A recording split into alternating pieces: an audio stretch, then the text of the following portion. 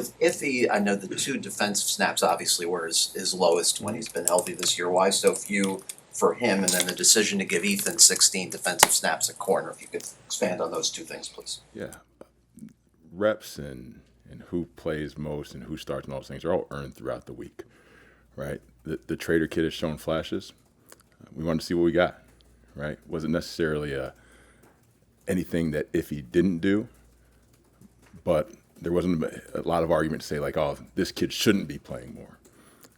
That being said, all things are our options. All things are on the table this week. Again, a lot of competition at that position. We've said it all along. If he's in there, have the utmost trust in him to go out there and execute his job. And the Trader kid, yeah, I know there's some things that show up on the tape that are kind of out there, right? Just because situationally where we were and how that game finished. But truly believe in that kid as well. So hope that one missed tackle play doesn't hinder his development. And with Bonner thinking, given Ethan. I think you guys saw how Ethan was playing in training camp, right? He was very close to potentially earning a starting spot. Love what Jack has done.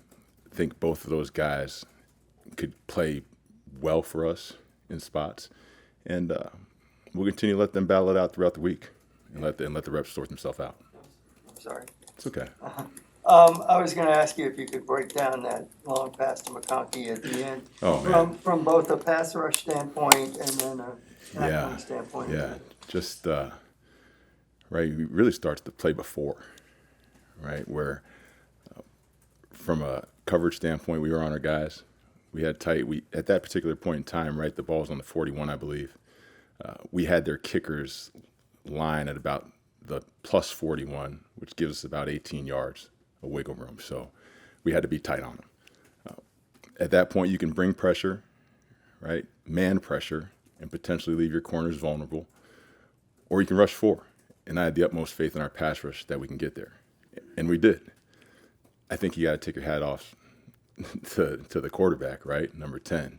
He stood there in the pocket, stood firm, and must have hands like Shaq, because just didn't fumble the ball the first time. Obviously wiggled away from Jay Phil. You hate that we missed that out, right, to potentially make a game-changing play. He took an outside rush in the B gap, which, again, you've seen Warren Sapp and Aaron Donald do a ton of times.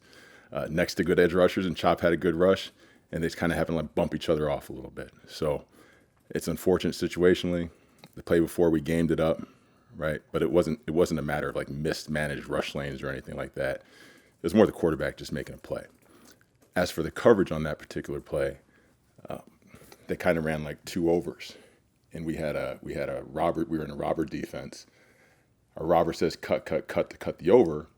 Mink, who plays nickel, but really hadn't played a lot of nickel third down reps for us prior to that game, just because we had to, just where we're at from a personnel standpoint. Heard the cut, thought his guy was getting cut, drops it. Trader tries to make him right, and then just misses the tackle inside out.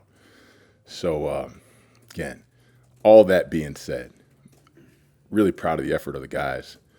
Thought outside of really just 5 run plays for 100 yards, unfortunately, and a third down in the low red zone on the first drive after half. We played pretty well. I know it doesn't show that way. They're 2 for 7 in the red zone. Had a couple sudden change stops early, missed a sudden change op there in the third. But for the most part, we were getting better as a defense. Our run deficiencies need to improve, and that's on me, ultimately.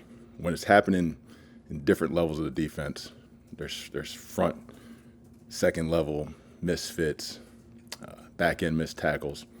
I got to shoulder that. Collectively, we'll get better. I know we are. That's certainly not a matter of belief or work, and we'll continue to do just that, just work. We have a Storm on his way back. Jalen Phillips. Sorry, I just want to stick Storm to or Jalen Phillips? Storm Phillips? If we're allowed to.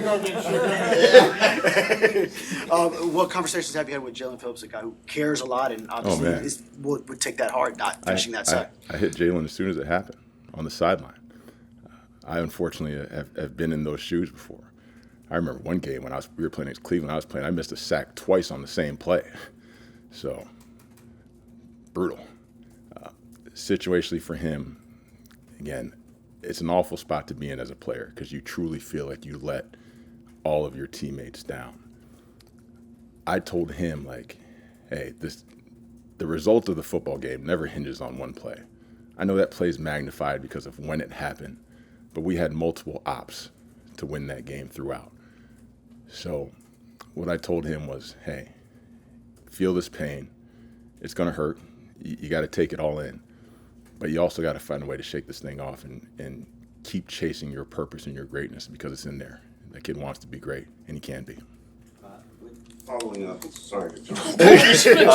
But just following up Want to stay on the subject? with Jalen Phillips, he's been a guy who, even back to his rookie year, I mean, you're probably talking about double-digit sacks where he's got guys within his clutches and they just slip him.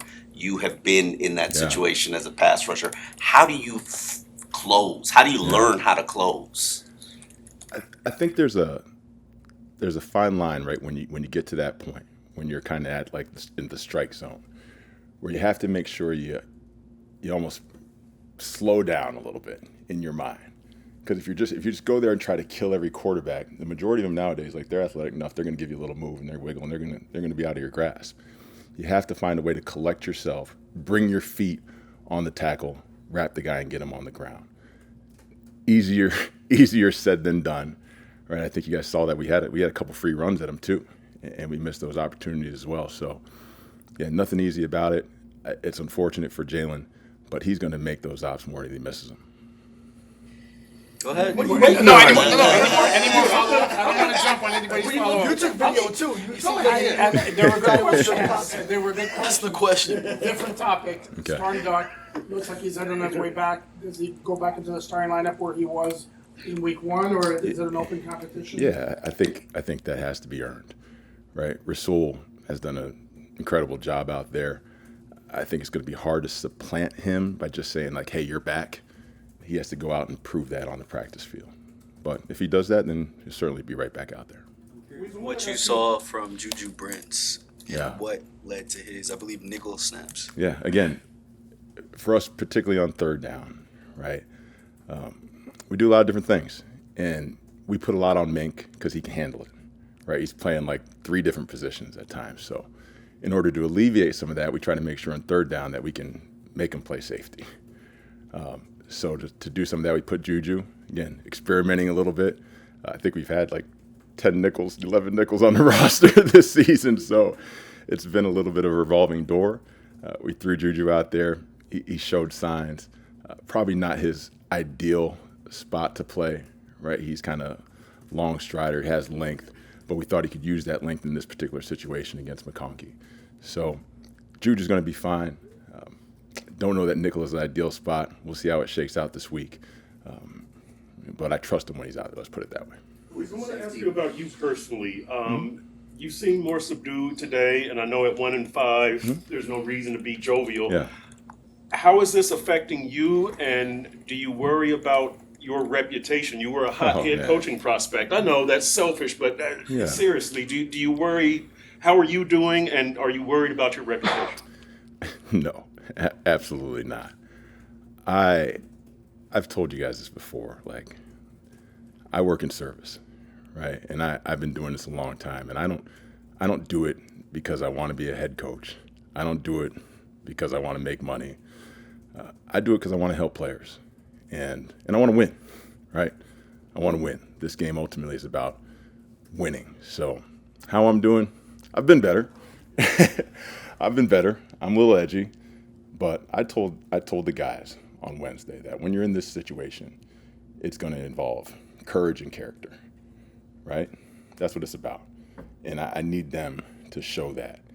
And that in these situations, what happens is that you have these battles against yourself where you're trying to make sure you're not having losing habits. You're not pointing the finger. You're pulling the thumb. You're making sure you're not taking shortcuts, right? Because obviously that'll result in losses too. But if you can't win these battles against yourself, I don't know how the heck you win the battle against somebody else. So that's what we're trying to do every day. I'm trying to do my best to make sure I remain a lighthouse in the storm, right? keep trying to do the next right thing, get these guys to play as hard, as physical, as fast as they can. Inevitably, the score will take care of itself. We got to find a way to win these games in the fourth. I think we've lost 4 games. 4 of our 5 losses have come in the fourth quarter. And I've always thought that pressure reveals habits. So until we've had enough training where those mistakes don't happen in critical situations, the results won't change. Now, what I can promise you is, to a man, everybody in this organization is committed to that. But I promise you, there isn't a man in this organization that isn't working to get this right. Everybody's disappointed. Our fans are passionate, and they have a right to be disappointed. But it is not for a lack of work. I promise you that. I was going to ask you, after Minka, among the players on your 53-man roster, Anthony, who do you think is best equipped to play nickel corner after Minka? That's a good question. The funny thing about that is we're going to experiment with Elijah Cavill out there last week, who's done some of that in his past. And then he got hurt on Wednesday, right? He got a quad on Wednesday. He's probably the next guy that comes to mind. If he's actually played some big nickel out there, the Trader kid, I think, is suited to do that. But in terms of the corner spot, I know Jack Jones has done it a little bit. I just think that adds a lot to his play and wouldn't be fair to him. So there's some guys, right? And again, we'll find a way to go out there and compete. And from a pass defense standpoint, again, I think our guys are doing a heck of a job. Coach Duke or Coach Arujo, Coach Slowick, Shed, they're doing a great job training those guys. Those guys are taking the training and applying that training in game. But until we stop the run, right, none of that really matters. Right? We got to earn the right to rush the passer and get him in longer third downs.